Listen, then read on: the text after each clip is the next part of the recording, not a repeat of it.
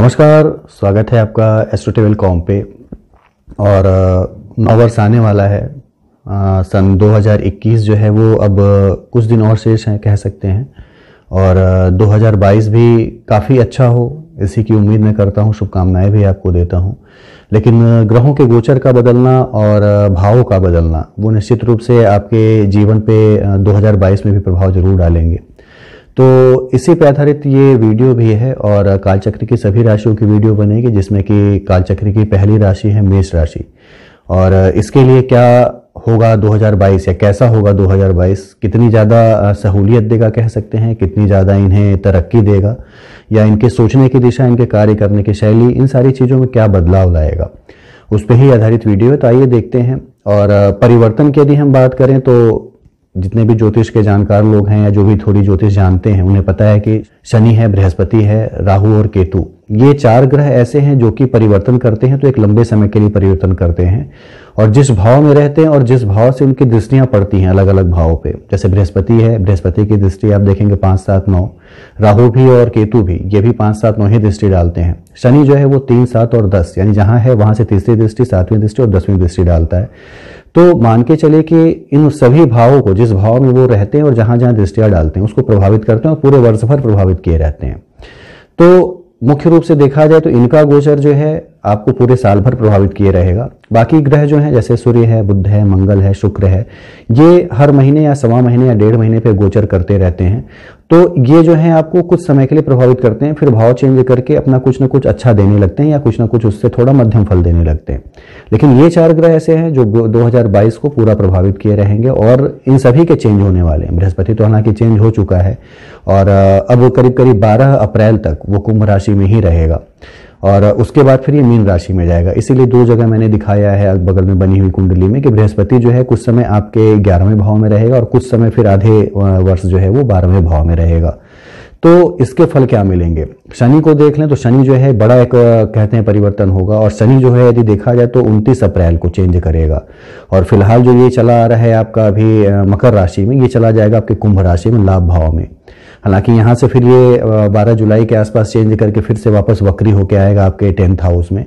तो इस जगह मैंने शनि को भी 2 बार दिखाया, क्योंकि शनि भी जो है आपको पूरे वर्ष भर प्रभावित किया रहेगा। 10th हाउस आपका और 11th हाउस, ये आपके प्रभावित रहेंगे।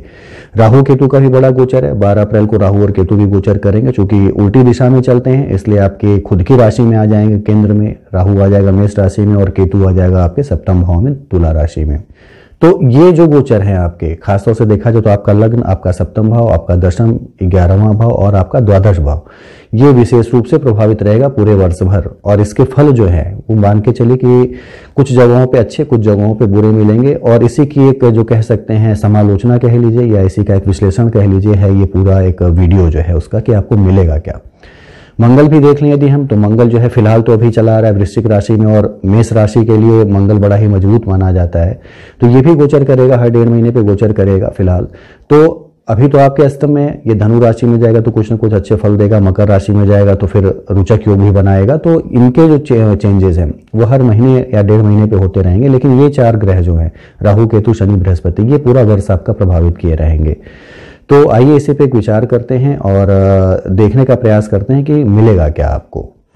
पहली चीज जो जानने वाली है कि इस बार जो ग्रह हैं सारे, यानी वर्ष के शुरुआत में आप देखेंगे ग्रह तो सिर्फ 5 भाव में हैं। यानी आप अपने खुद की कुंडली को यदि आप देखें तो आपका प्रथम भाव, सप्तम भाव, दशम भाव, 11वां और द्वादश भाव, ये 5 भाव में ही कुंडली के सारे ग्रह बैठे हुए कुंडली के। तो ये एक केदार योग बनाता है, यानी शुरुआत जो वर्ष की है वो काफी अच्छी होने जा रही है, और केदार योग के साथ शुरू होने जा रहा है वर्ष। तो आपके लिए भी और अन्य आने वाली राशियों के लिए भी एक विशेष बेहतरीन फल देगा, इसमें कोई संशय नहीं है।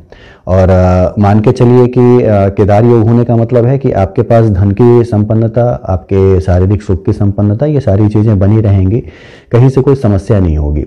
समस्या एक चीज और भी है कि विश्व कुंडली जो बनी हुई है उसमें कालसर्प दोष बना हुआ है। आप देखेंगे राहु और केतु के बीच में सारे ग्रह हैं, तो कालसर्प दोष भी बना हुआ है। तो विशेष रूप से आपको जो है शंकर जी को निश्चित रूप से खुश करना होगा इस वर्ष भर। और राहु केतु चूंकि आपके खुद की राशि में है, मेष राशि और तुला राशि में सप्तम भाव में, तो शंकर जी को जरूर प्रसन्न करें। जब भी मासिक शिवरात्रि आती है या प्रदोष आता है, कभी कभी शिवरात्रि और प्रदोष एक ही दिन रहता है, वो अमृत काल एक तरह से हो सकता है, समझ सकते हैं। तो जिस दिन प्रदोष भी हो, शिवरात्रि भी एक साथ हो, उस दिन विशेष रूप से पूजा करनी चाहिए। बाकी हर महीने जो है आप जो भी शिवरात्रि आती है, जो भी प्रदोष आता है, पूजा जरूर किया करें इन दोषों से छुटकारा पाने के लिए। तो कालसर्प दोष बनने के कारण क्या होगा कि संवेदनहीनता, यानी सारे लोगों में संवेदनहीनता रहेगी, इमोशन का अभाव रहेगा कह सकते हैं। आपस में आदमी सिमटा रहेगा, बहुत ज़्यादा लोगों से मिलने जुलने का प्रयास नहीं करेगा कह सकते हैं। और देखा जाए तो प्रदर्शन जो होगा उनका वो एवरेज से थोड़ा ज़्यादा होगा, बहुत बेहतर नहीं होगा, एवरेज से थोड़ा ज़्यादा होगा। तो मेष राशि के लिए थोड़ा जो है समय जो है वो धन कमाने के लिए कह लें या सुख और संपन्नता के लिए कह लें, वो तो बेहतर है। लेकिन सामाजिक स्तर पे कह लें तो थोड़ा उनका डाउनफॉल होगा, थोड़ा उनका मन खुद नहीं लगेगा कि लोगों से मिले जुले। जबकि मेष राशि को जाना जाता है कि ये लोग मिलने जुलने वाले होते हैं, बहुत ही आक्रामक होते हैं एक तरह से, और समाज में जो है अपने आप को आगे रख के चलने वाले होते हैं। लेकिन शनि की स्थिति देख लें यदि, और राहु और केतु की स्थिति देख लें, तो इस साल जो है आप थोड़ा जो है अपने आप को एक तरह से पीछे रख के चलेंगे, बहुत ज़्यादा आप फ्रंट पे आने का प्रयास नहीं करेंगे। यही चीज़ दिखाती है कुंडली आपकी। बाकी यदि देखा जाए तो बृहस्पति जो है जब तक आपके 11वें भाव में रहेगा, यानी 12 अप्रैल तक, तब तक ये आपकी इसकी दृष्टियां यदि आप देखेंगे तो 5वीं आपके पड़ेगी तीसरे भाव पे, जो कि पराक्रम को बढ़ाने वाली होगी। बृहस्पति जहां दृष्टि डालता है वहां ज़्यादा अच्छे फल देता है उसकी अपेक्षा जहां पे वो मौजूद है। तो लाभ भाव में है, तो यहाँ से ये 5वीं दृष्टि पराक्रम पर डालेगा तो छोटे भाई बहनों से संबंध अच्छे रहेंगे पूरे वर्ष भर आपके। और उसके बाद देखा जाए तो आपके बच्चे अच्छे रहेंगे, संतति, नई संतति का योग आपकी कुंडली में बनेगा। जो लोग स्टूडेंट्स हैं, पंचम भाव पे दृष्टि बृहस्पति का मतलब कि स्टूडेंट्स का दिमाग जो है वो प्रखर रहेगा, बुद्धि प्रखर रहेगी उनकी। तो बृहस्पति निश्चित रूप से ये सारे फल आपको जरूर देगा। साथ ही साथ केतु आपका 7वें भाव में, लेकिन बृहस्पति की 9वीं दृष्टि भी यहाँ पे है। तो ये दिखाती है कि आपका 7वां भाव केतु जहां प्रभावित कर रहा है, पार्टनरशिप का आपका भाव प्रभावित कर रहा है, दाम्पत्य जीवन का भाव प्रभावित कर रहा है, वहीं बृहस्पति केतु के दोषों का समन भी कर रहा है। तो मान के चलिए कि ये 12 अप्रैल तक केतु और राहु का ये परिवर्तन जो है बहुत ज़्यादा अनिष्ट नहीं करने वाला है, बहुत ज़्यादा आपको बुरे फल नहीं देने वाला है। लेकिन उसके बाद फिर केतु जब यहाँ पे रहेगा तो केतु आपके पार्टनरशिप में विवाद एक लाएगा कह सकते हैं, क्योंकि बृहस्पति भी चेंज कर जाएगा। बृहस्पति भी जो 12वें भाव में चला जाएगा जब आपके, तो उसकी दृष्टि जो है आपके 7वें भाव से खत्म हो जाएगी। तो आपके पार्टनरशिप में विवाद होना, दाम्पत्य जीवन में थोड़े तनाव होना, अब ये सारी चीजें जो काउंट करेंगी वो अन्य ग्रहों के गोचर पे भी काउंट करेंगी। जब यहाँ पे सूर्य आ जाएगा गोचर करते हुए, जब यहाँ पे मंगल आ जाएगा गोचर करते हुए, तो और भी अनिष्ट की आशंका बनेगी, और भी एक दुराव की आशंका बनेगी। आपके पार्टनर से कह लें, आपके दाम्पत्य जीवन से कह लें, आपके बिजनेस लाइफ में कह लें। तो इन सब चीजों से विशेष फोकस करना होगा, खासतौर से जून से लेकर अक्टूबर के महीने तक। तो चीजें फिर बेहतर रहेंगी, पैसे आप कमाएंगे, लेकिन दाम्पत्य जीवन में थोड़ा तनाव रहेगा, थोड़ा पार्टनरशिप में तनाव रहेगा। ये सारी चीजें घटित होंगी यहाँ पे बृहस्पति के परिवर्तित करते ही। तो जब तक बृहस्पति यहाँ पे है तब तक इसका पूरा आपको लाभ भी उठाना चाहिए, और चीजें अच्छी गुजर रही हैं तो उसका पूरा लाभ उठाइए, उस पर फोकस करिए कि और भी चीजें क्या अच्छी आपको मिल सकती हैं। शनि को देख लिया यदि हम, तो शनि जो है फिलहाल अभी आपके 10वें भाव में चल रहा है। ये 29 अप्रैल को चेंज करेगा और जाएगा अपनी खुद की दूसरी राशि में, कुंभ राशि में, और लाभ भाव में रहेगा। तो कमाने के संसाधन ढेर सारे बनाएगा, यानी 29 अप्रैल के बाद आपको कमाने के संसाधन बड़े ढेर सारे बनेंगे। और बृहस्पति जब भी लाभ भाव से रिलेटेड हो जाए तो मान के चलिए कि अलग अलग तरीके देता है कमाने के, और कुछ ऐसे तरीके भी होते हैं जो कि बहुत सुटेबल ना हो। तो उन सुटेबल तरीकों से मैं बार बार बताता हूं कि शनि जब भी लाभ भाव में हो तो आपको पाप की कमाई करने के लिए प्रेरित करेगा। तो आपको कमाना वही है जो कि आपके लिए अच्छा हो, क्योंकि यदि आपने पाप का कमाया तो आपके जीवन के अंत में वो पैसा आपके लिए नहीं बचेगा, यानी आपके कर्म तो ऐसे खराब हो जाएंगे कमाने में कि शनि कर्मों का फल आपको देगा और वो पैसे आपसे दूर हो जाएंगे। तो अच्छे तरीके से कमाइएगा, क्योंकि यहाँ पे अगर 2.5 साल तक रहना है शनि को, तो अच्छे तरीके से कमाइएगा, अच्छे सोर्स से कमाइएगा, तो बेहतर कंडीशन रहेगी, पैसा आपका अचल संपत्ति में परिवर्तित होगा और बचा भी रहेगा। तो बुरे वे में कमाने का प्रयास मत करिएगा। खासतौर से शनि यही बताता है, न्याय और कर्म का देवता है, तो न्याय और कर्म दोनों उसके लिए अच्छे होने चाहिए आपके, तभी न्याय अच्छा करता है वो। और दृष्टियों की यदि बात करें तो फिलहाल ये चला आ रहा लगातार शशयोग बनाए हुए है आपके लिए, तो आपके प्रमोशन में, आपकी तरक्की में, आपके सामाजिक स्तर में फायदे दे रहा था। लेकिन 29 अप्रैल के बाद चेंज होने के बाद ये जब कुंभ राशि में जाएगा तो यहाँ भी आपको ये अच्छे फल देगा कह सकते हैं। हालांकि तीसरी दृष्टि आपके लग्न पे रहेगी, लग्न पे दृष्टि डालने से शनि जो है आदमी को स्थिर कर देता है, यानी उसका कार्य में मन न लगना या आज के काम को कल पे टालना, आलस से एक मन में भरता है, क्योंकि तीसरी दृष्टि शनि की जो होती है बहुत बेहतर नहीं मानी जाती है। तो इस आलस्य को त्यागना होगा आपको वर्ष भर, तब शनि आपको कमवाएगा। शनि हमेशा प्रेरित करता है कि आप काम करिए, हालांकि आपके दिमाग को डाइवर्ट भी करता है, लेकिन आपका दिमाग जो है वो अच्छी दिशा में, अच्छे वे में लगे रहना चाहिए, तभी शनि जो है उस चीज़ के पूरे फल देता है। और शनि यदि देने पे आता है तो सारी खुशहाली दे देता है, आपको कह सकते हैं।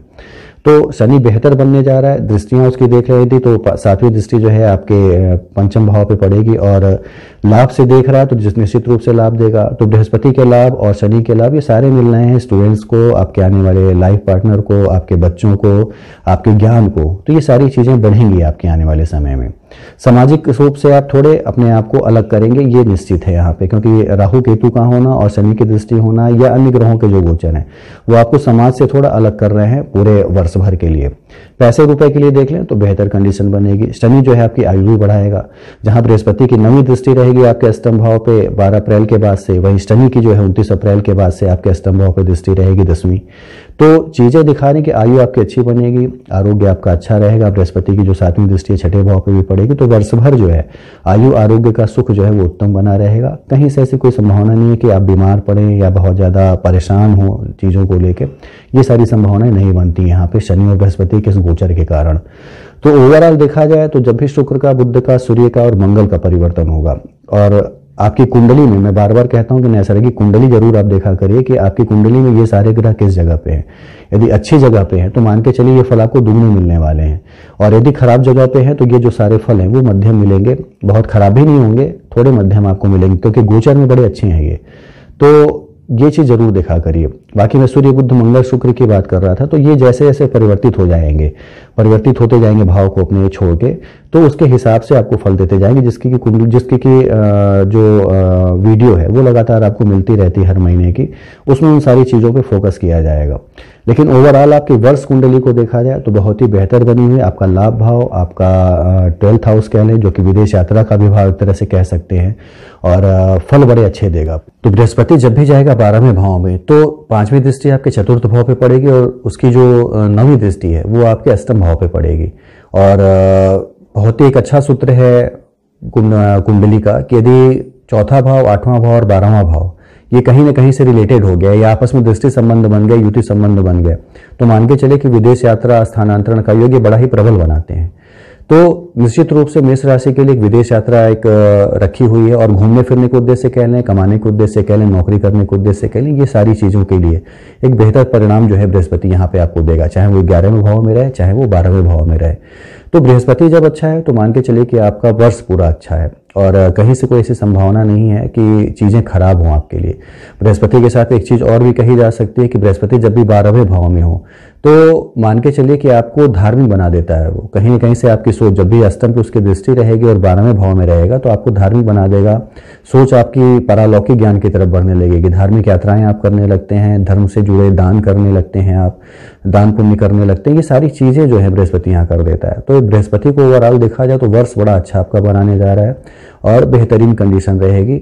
राहु केतु की बात करें तो राहु केतु आपके केंद्र लग्न में और आपके सप्तम में, ये थोड़ा आपको कह सकते हैं कि अपने लक्ष्य से डिटैच कर सकते हैं, दूर कर सकते हैं। शनि की भी दृष्टि रहेगी, साथ में 3री दृष्टि यहाँ पे, तो थोड़ा इससे आपको संभलना होगा, थोड़ा अपने कर्मों पे फोकस करना होगा, आलस को छोड़ के लगातार इसमें लगे रहते हैं। तो ये वर्ष जो है आपके कमाने के लिए कह लें, आपके हेल्थ के लिए कह लें, और सुखों के लिए कह लें, संपत्ति बढ़ने के लिए कह लें, विदेश यात्राओं के लिए कह लें, एक बहुत ही बेहतर रहने वाला है। कहीं से कोई संशय नहीं है कि कोई समस्या इसमें आए आपको। तो पूरे प्रयास करिए, और शुभकामनाएं हैं आपको कि 2022 का ये जो वर्ष हो आपके लिए बेहतरीन गुजरे। बाकी आपको अपने कुंडली से रिलेटेड या वर्षफल से रिलेटेड या अपनी समस्याओं से रिलेटेड जो भी सवाल आपके हैं, नीचे दिए नंबरों पे आप कांटेक्ट करके एक अपॉइंटमेंट लेके पूछ सकते हैं। समय के साथ आपको उसके उत्तर दे दिए जाएंगे।